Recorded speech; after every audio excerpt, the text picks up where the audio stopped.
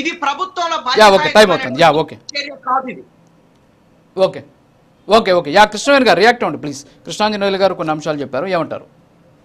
Sir, గత ప్రభుత్వం వైఎస్ఆర్సీపీ ప్రభుత్వం జర్నలిస్టుల మీద రాజద్రోహం కేసులు పెట్టింది సార్. వీళ్ళ మంత్రులు ఒక జర్నలిస్ట్ ని నడి రోడ్డు మీద వెనకాల నుంచి వీళ్ళ మంత్రుల ప్రోద్బలంతోనే ఒక జర్నలిస్ట్ ని నడి రోడ్డు మీద నరికి చంపేస్తే ఆ రోజు ఎలాంటి రియాక్షన్ లేదు సార్. అలాగే మైనింగ్ చేస్తుంటే ఆ వీడియోని చిత్రీకరించాడు అనేసి ఒక జర్నలిస్ట్ ని లారీతో తొక్కి చంపేయండి అంటే ఆ రోజు వీళ్ళెవరూ మాట్లాడలేదు సార్. ఇవాళ ఒక టీవీ డిబేట్ లో జరిగినటువంటి ఒక అనుచితమైనటువంటి వ్యాఖ్యలకి అమరావతి మహిళలు సారీ చెప్పమన్నారు. ఎక్కడ లేని రోషాలు పౌరుషాలు దీన్ని డైవర్ట్ చేయడానికి ఇవాళ చంద్రబాబు నాయుడు గారు చేస్తున్నటువంటి అభివృద్ధిని కావచ్చు, ఏపీ డిప్యూటీ సీఎం గారు చేస్తున్నటువంటి అభివృద్ధిని కావచ్చు, సీఎం గారు డిప్యూటీ సీఎం గారు చేసినటువంటి అభివృద్ధిని కాంక్షించి ఒక రకంగా ప్రజలందరికీ కూడా రాష్ట్రంలో ఒక నమ్మకం ఏర్పడింది సార్. ఇవాళ తల్లిదండ్రుల పిల్లలుగా ఉన్నటువంటి ఏపీ ప్రజలకి అమరావతి అనేది అమ్మ ఈ రోజు వ్యాఖ్యలు చేశారు. చేసినందుకు బహిరంగ క్షమాపణ చెప్పకపోగా ఇప్పుడు కృష్ణాంజనేయులు గారు ఒక మాట అన్నారు మేడం కృష్ణాంజనేయులు గారు ఒక మాట అన్నారు. జగన్మోహన్ రెడ్డి చంద్రబాబు నాయుడు అక్కడ ఉన్నటువంటి రైతులకు మేడం వినండి ప్లీజ్ మేడం చంద్రబాబు నాయుడు గారు అక్కడ ఉన్నటువంటి రైతులకు భూములకు సంబంధించి కాంపన్సేషన్ ఇవ్వకపోవడం కావచ్చు, అంతేకాకుండా వాళ్ళకి చెప్పినటువంటి అవి ఇవ్వకపోవడం వల్ల తర్వాత జగన్మోహన్ రెడ్డి భూ రాజధాని వల్ల దాదాపు 270 మంది వరకు కూడా రైతులు చనిపోయారు అనేటటువంటి అంశాన్ని ఆయన చాలా స్పష్టంగా చెప్పినటువంటి పరిస్థితి. సో దానికి మీ కూటమి స్టాండ్ ఏంటి అసలు? దీనికి సంబంధించి సమాధానం చెప్పాలి కదా, దీనికి ఆన్సర్ చేయండి. అభివృద్ధి లేకుండా గతంలో వైఎస్ఆర్సీపీ పార్టీ ఏ విధంగా అన్యాయం చేసింది, అక్కడ అమరావతి రైతులు ఇచ్చినటువంటి భూముల్ని కూడా ఏ రకంగా ఆ రోజు దాన్ని విచ్ఛిన్నం చేయడానికి, రాజధానిని విచ్ఛిన్నం చేయడానికి ఆ రైతులు మేలు చనిపోవడానికి మెయిన్ కారణం అయితే మాత్రం గత వైఎస్ఆర్సీపీ పార్టీ సార్. ఇవాళ అభివృద్ధితో పాటు అలాగే ఆ రైతులకు అన్యాయం జరిగితే నిజంగా చెప్తున్నాను మా జనసేన పార్టీ అధినేత ఒక రకంగా పవన్ కళ్యాణ్ గారు కావచ్చు, అలాగే సీఎం గారు కావచ్చు, అమరావతి రైతులకి అన్యాయం చేసేటువంటి పరిస్థితి ఉండదు, రాబోదు కూడా. ఎందుకంటే దీన్ని డైవర్ట్ చేయడం కోసం మాత్రమే వైఎస్ఆర్సీపీ చేస్తున్నటువంటి ఆరోపణలు తప్ప ఇందులో ఈ సమంతా కూడా నిజం లేదు సార్. వస్తాను దుర్గాప్రసాద్ గారు 2 minutes మాట్లాడండి, మిగతా టైం వారికి ఇవ్వాలి మనం. చిన్నపరెడ్డి గారు ఓకే మేడం టైం అవుతుంది. దుర్గాప్రసాద్ గారు మీరు మాట్లాడండి, 1 minute మాట్లాడండి. కృష్ణాంజనేయులు గారు చెప్పిన విషయాలు 2 విషయాలు.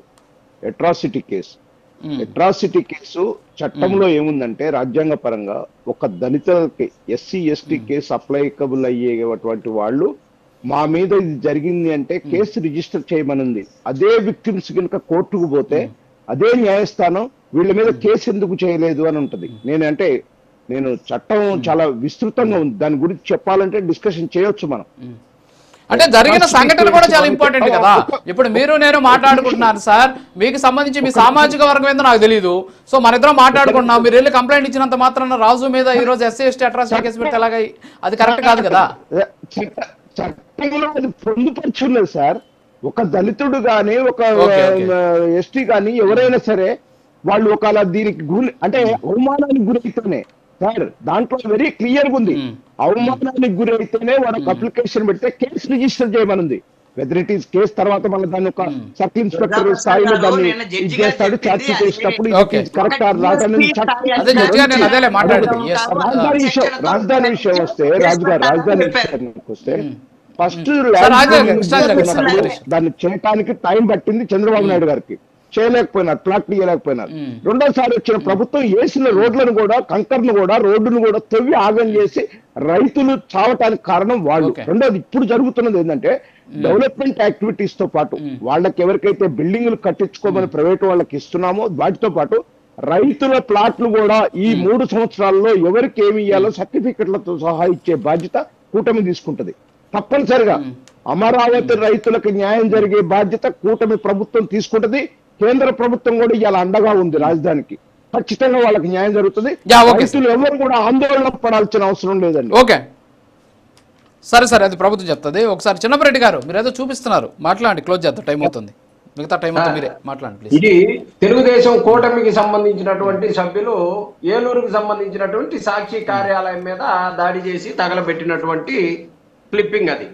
నేనేమంటానంటే ఇందాక చెప్తా ఉన్నారు కదా చట్టం గురించి విస్తృతంగా చాలా లోతుగా చెబుతూ ఆ ఆఫీసుల్లో పనిచేసే వాళ్ళు లేకపోతే ఆ మహిళలకు సంబంధించి ఎవరికన్నా బాధ కలిగినా సరే ఆ యాక్ట్ వర్తిస్తుందని. సాక్షిలో పనిచేసేటటువంటి ఎస్సీలు ఎవరు లేరండి ఆ ఆఫీసులో పనిచేసే వాళ్ళు. ఎందుకని మరి దాని మీద SC ST case BNS case అన్ని కూడా అక్కడికి పోయి వారందరి మీద పెడితే నిజంగానే వీళ్ళు పాపం ఎస్సీలకి అందరు కూడా న్యాయం చేశారు, ఎస్సీల మనోభావాలు దెబ్బతిన్నాయి అని చెప్పేసి మనం కూడా మాట్లాడుకోవాల్సిన పరిస్థితి. అంటే ఇటు పక్క చూసేసరికేమో నీవు వేరే రకంగా చేస్తారు, ఇటు పక్క చూస్తేనేమో సాక్షి ఆఫీసులో ఎస్సీలు ఎందుకు లేరు? ఏలూరు ఆఫీసులో ఎస్సీలు బ్రహ్మాండంగా ఉన్నారు మా వాళ్ళు. సాక్షి ఆఫీసులో రిపోర్టర్లు పనిచేసే వాళ్ళు చాలా మంది ఉన్నారు, వాళ్ళందరూ మనోభావాలు దెబ్బతిన్నాయి. ఈ పోయినటువంటి 50 మంది మీద ఎస్సీ ఎస్టీ కేసు పెట్టమనండి, సబ్షేర్ గా ఒప్పుకుంటాం. నిజంగానే ఎస్సీ ఎస్టీ కేసు పెట్టారు, 2 కళ్ళను ఒకే విధంగా చూస్తున్నారని చెప్పి వెన్నుపోటుదారుడికి అధ్యక్షులైనటువంటి ఈ కూటమి ప్రభుత్వం అమరావతి రైతులని వెన్నుపోటు పొడిచింది. ఆ వెన్నుపోటు పొడిచినటువంటి విధం వాళ్ళకి ఇంకా అర్థం కాలేదు. అర్థం అవుతుంది, కొంతమందికి అర్థం అవుతుంది. అవన్నీ సర్ప్లస్ చేయటం కోసం మాత్రమే మాట్లాడతాం. అమరావతి రైతులు నమ్మేటువంటి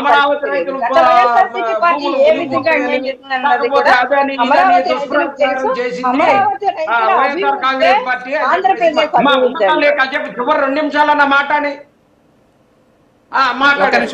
ఏమండి, అమరావతి రైతులకి సంబంధించినటువంటి ఆ రాజధానిలో కట్టిన బిల్డింగులు మునిగిపోయిన మాట వాస్తవం కాదా? నిన్నటి వరకు కోట్లు పెట్టి నీళ్ళన్ని ఎత్తిపోసిన మాట వాస్తవం కాదా? ఈ గవర్నమెంట్ వచ్చిన దగ్గర నుంచి డే 1 నుంచి చేసింది ఏంటంటే చుట్టూ మిషన్లు పెట్టేసి ఎత్తిపోయటం తప్పితే ఈ రాజధానిలో ఏం చేసింది చెప్పండి? 36 కోట్ల రూపాయలు పెట్టేమో చెట్లు బీకింది. ఈ నీళ్లు ఎత్తిపోయటానికి 9 కోట్ల రూపాయలు ఎంతో ఖర్చు పెట్టారు. ఇది వీళ్ళు చేసింది. అలాగా భూకంప కేంద్రం అని చెప్పేసి ఆ రోజు చెప్పినటువంటి వాస్తవం కాదా?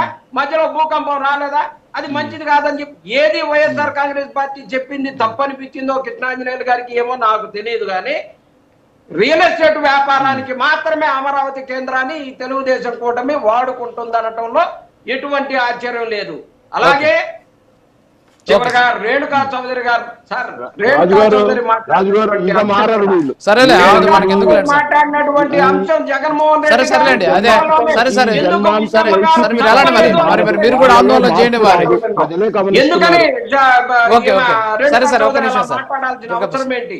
ఆమె చంద్రబాబు నాయుడు తొత్తు కాబట్టి, కాంగ్రెస్ తెలుగుదేశం ఒకటే కాబట్టి వెంటనే షర్మిలా గారు వస్తారు, వెంటనే రేణుకా చౌదరి వచ్చింది, వాళ్ళందరూ మాట్లాడతారు. కేవలం చంద్రబాబు నాయుడు గారికి ఎప్పుడు అవసరమైతే అప్పుడు దిగి ఏదంటే అది కాంట్రవర్సీ. వద్దు సార్, ఇలాంటి మాటల వల్లే ఇప్పుడు మళ్ళీ మనం దాన్ని ఆజ్యం పోసినట్టు అయితే మళ్ళీ వాళ్ళని తీసుకొచ్చి మళ్ళీ షర్మిలా గారి గురించి మాట్లాడి ఎందుకు అనవసరంగా మళ్ళీ మాట్లాడి జగన్మోహన్ రెడ్డి గురించి ఎందుకు అవసరం అయ్యని. ఓకే సార్, ఓకే టైం అయింది. ఓకే సార్, ఓకే క్లోజ్ చేద్దాం. క్లోజ్ చేద్దాం సార్. చిన్నపరెడ్డి గారు ఓకే సార్, క్లోజ్ చేద్దాం, టైం అయిపోయింది. క్లోజ్ చేద్దాం ప్లీజ్. ఓకే సార్, క్లోజ్ చేద్దాం. చిన్నపరెడ్డి గారు, దుర్గా ప్రసాద్ గారు క్లోజ్ చేద్దాం ప్లీజ్. సార్ సైతాను గుంపును వదిలేదని షర్మిలా గారు మాట్లాడారు. సైతాన్ అనేది ఈ ఇలా చేసే వాళ్ళని సైతాన్ అని అంటారు కాబట్టి సజ్జల రామకృష్ణారెడ్డి గారు సైతాన్ అన్నారు, లేకపోతే శంకర జాతి అన్నారు, ఇంకోటి అన్నారు. వీళ్ళు మనుషులుగా చేసేటటువంటి వాళ్ళేనా అని చెప్పేసి ఇలా జరుగుతా ఉన్న దానిలో ఆవేశంగా మాట్లాడి బూతులు మాట్లాడలేక, బోసడీలు అనలేక, లంజాగొడుకులు మాటల్ని ఇప్పుడు సజ్జల రామకృష్ణారెడ్డి చేసిన వ్యాఖ్యలు సమర్థిస్తున్నానంటే తెలుగుదేశం పడింది. తెలుగుదేశం ఈ రోజున రాజకీయంగా నష్టపోబోతుంది సాక్షి ఆఫీసుల మీద దాడికి సంబంధించినటువంటి విషయంలో. ఈ విషయాన్ని చెప్పలేదు, వాటిని మీరు సమర్థిస్తున్నారా? ఓకే